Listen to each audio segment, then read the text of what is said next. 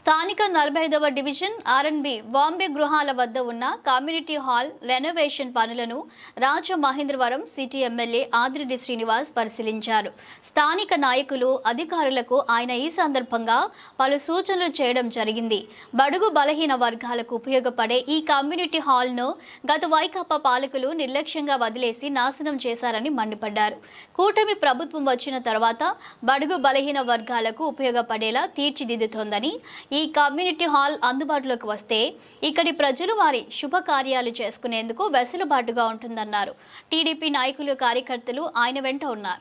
అంటే ఈ కూటమి ప్రభుత్వం ఎప్పుడు కూడా ప్రజల యొక్క అవసరాలను తెలుసుకొని వాళ్ళకి ఏం కావాలో చేయడంతో పాటు వాటిల్ని ప్రజలు సద్వినియోగపరుచుకునే విధంగానే మా కార్యక్రమం ఉంటుంది. ఏదో అవకాశం వచ్చింది కదా అని చెప్పి చేసుకుంటూ కొబ్బరికాయ కొట్టి రిబ్బన్ కట్ చేసుకుంటూ పోతే కాదు.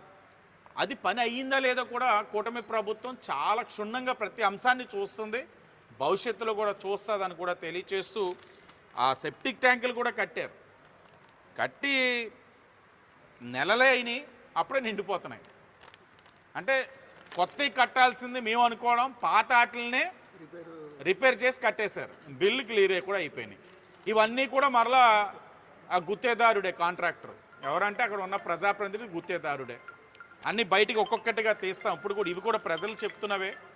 నేనేదో ఊహాగణంతో లేకపోతే ఊహించుకొని చెప్పట్లా. ఇక్కడ ఉన్న ప్రజలు చెప్తున్నాయి. ఆఖరి కాంట్రాక్టర్ ఎవరన్నా కూడా వాళ్ళు గుర్తించేస్తున్నారు. గుత్తేదారులను ఎందుకంటా ఉన్నానంటే కాంట్రాక్టర్లు కూడా ఎవరన్నా గుర్తించే స్థాయిలో వాళ్ళు పనులు చేశారు అని అంటే వైసీపీ ప్రభుత్వంలోనే ఆ ప్రబుద్ధులు ఎంత చేశారన్నది కూడా ప్రజలు మర్చిపోలేకపోతా ఉన్నారు. అందుకే గుణపాఠం చెప్పిన వీళ్ళకి ఇంకా బుద్ధి రాలేదనుకుంటే అది వేరే విషయం. ఏదేమైనా మధ్యతరగతి, దిగువ మధ్యతరగతి వాళ్ళు నివసిస్తున్న ప్రాంతాల్లోని ఉన్న కమ్యూనిటీ హాల్స్ అన్నీ కూడా సచివాలయాలకు ఇచ్చేశారు.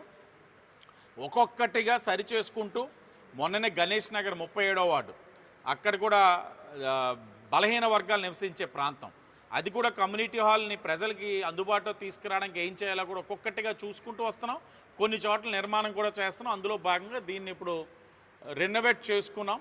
తప్పులు జరిగినాయి అన్నారు వైసీపీ ప్రభుత్వంలో. కారకుల పైన ఎంక్వైరీ వేసి వాస్తవం అయితే తప్పకుండా చర్యలు ఉంటాయి.